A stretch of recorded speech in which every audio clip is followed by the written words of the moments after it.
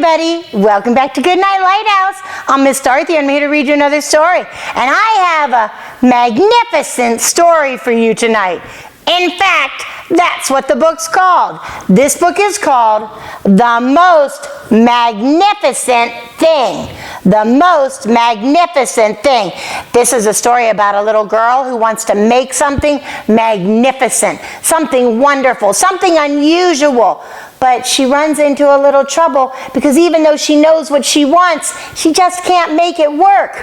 But we have to get into this book and see whether or not she can make it work. Does she stick to it or does she quit and give up? That's what we need to find out. Because if you want to make something magnificent, you need to keep going. And we need to find out whether or not she can and if she makes the most magnificent thing. Are you ready to get into this magnificent book with Miss Dorothy? Good. I need you to sit up and listen up because here we go. The Most Magnificent Thing, written and illustrated by Ashley Spires. This is a regular girl and her best friend in the whole wide world. They do all kinds of things together. They race, they eat, they explore, they relax. Look, she's got a puppy for her best friend in the world. She makes things. He unmakes things. One day, the girl has a wonderful idea. She is going to make the most magnificent thing. I wonder what she's planning to make. She knows just how it will look. She knows just how it will work. All she has to do is make it. And she makes things all the time. Easy peasy. First, she hires an assistant. She hires her puppy to be her helper. Next, they gather their supplies. They set up somewhere out of the way and get to work. Well, they're right in the middle of the sidewalk. Lots of people have to go around them while she's building. But what is she building? The girl tinkers and hammers and measures while her assistant pounces and growls and chews. When she is finished, she steps back to admire her work. She walks around one side. Her assistant examines the other side. It doesn't look right. Her assistant picks it up and gives it a shake. It doesn't feel right either. They are shocked to discover that the thing isn't magnificent or good. It isn't even kind of, sort of okay. It is all wrong. The girl tosses it aside and gives it another go. Well, it's not what she wanted, but at least she's going to keep trying. She smooths and wrenches and fiddles. Her assistant circles and tugs and wags. When she is finished, she stands up and takes a long look at it. Her assistant gives it a nudge with his paw. The thing is still wrong. She decides to try again. I think she's getting frustrated, but she keeps on trying, and that's what's important. The girl saws and glues and adjusts. She stands and examines and stares. She twists and tweaks and fastens. She fixes and straightens and studies. She's working so hard. She tries all different ways to make it better. She makes it square. She makes it round. She gives it legs. She adds an antenna. She makes it fuzzy. She makes it long, short, rough, smooth, big, small. One even smells of stinky cheese. But none of them are magnificent. Oh no. Her hard work attracts a few admirers, but they don't understand. They can't see the magnificent thing she has in her mind. She gets mad. Oh no. The other people think it's great, but she knows what she wants to do and it's not right. And now she's getting angry. Oh no. The angrier she gets, the faster she works. She smashes pieces into shapes. She jams parts together. She pummels the little bits in. Her hands feel too big to work, and her brain feels too full of all the not right things. If only the thing would just work. Oh no! I think her temper is going to get out of control. Crunch!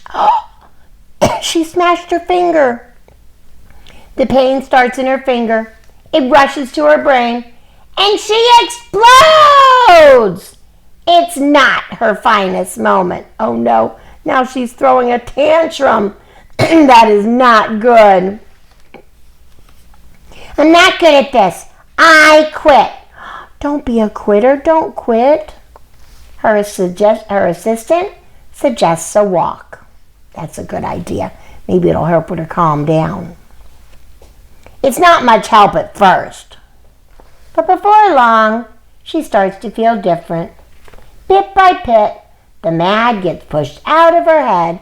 Oh good, the walk is helping her to calm down. As they stroll along, she comes across the first wrong thing she made. The bad feelings are about to start all over again. Then she notices something surprising.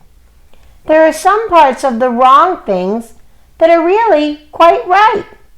The bolts on one, the shape of another, the wheel-to-seat ratio of the next. There are all sorts of parts that she likes. Each one of her mistakes had a little bit that was right. By the time she reaches the end of the trail, she finally knows how to make the thing magnificent. She gets to work. She works carefully and slowly, tinkering, hammering, twisting, fiddling, gluing, painting. Her assistant makes sure there are no distractions. And look, the other people are picking up the things that she didn't need to use. This is the perfect thing to ward off bears, says the man. This will stop that leak, says the lady. This one's all wet, says the boy. The afternoon fades into evening. Finally, she finishes. She alerts her assistant. Could this be it? The pair take a good long look. It leans a little to the left and a bit heavier than expected. The color could use a little bit of work too, but it's just what she wanted. They climb aboard and take it for a spin. They are not disappointed. It really is the most magnificent thing, because what she was trying to do was make a sidecar for her puppy to ride in. She did it. She made the most magnificent thing. She made a little sidecar for her dog to ride in when she was on her scooter. She had such a great idea, and she could see it in her mind, but she just couldn't get it to work. She tried, and it kept failing. And then she got mad, and then she took a breath, took a break, and when she came back to it, she figured it out. She stuck to it. She didn't quit, and she made the most magnificent thing for her and her puppy. This was a really good book. This was a good book teaching us that we need to keep going when we want to do something. Sometimes things don't always work out like we think they're supposed to, but if we keep going and we don't quit and we keep trying, things usually will work out. That's a good lesson to learn, and I'm glad our little friend taught that to us. This was a fun book, and I'm glad we got to read it together. But tonight, the most magnificent thing we need to do is get into bed. It's time for all my friends to get under their covers, get cuddled up, curled up, ready for a really good night's sleep. And tomorrow, if you have a really great idea, something you want to do, go do it. Keep at it. Don't quit. Work hard. If you need a little help, go ask Mom and Dad, because they're always there for you. And that's the way you're going to create magnificent things in this world. So you have a wonderful day tomorrow being magnificent, and whatever you do tomorrow with Mom and Dad or your teacher or Grandma and Grandpa, a real magnificent thing to do. Obey, and obey right away. And then come back and see Miss Dorothy. I'm going to be sitting right here ready to read another book to you. Bye! Thanks for reading with Miss Dorothy. I hope you enjoyed this book, and I hope you'll come back soon to read another. What's your favorite book? Drop Miss Dorothy a note and let me know. I'll go find it, and I'll read it to you. Be sure to subscribe, like, and share. I'll see you soon.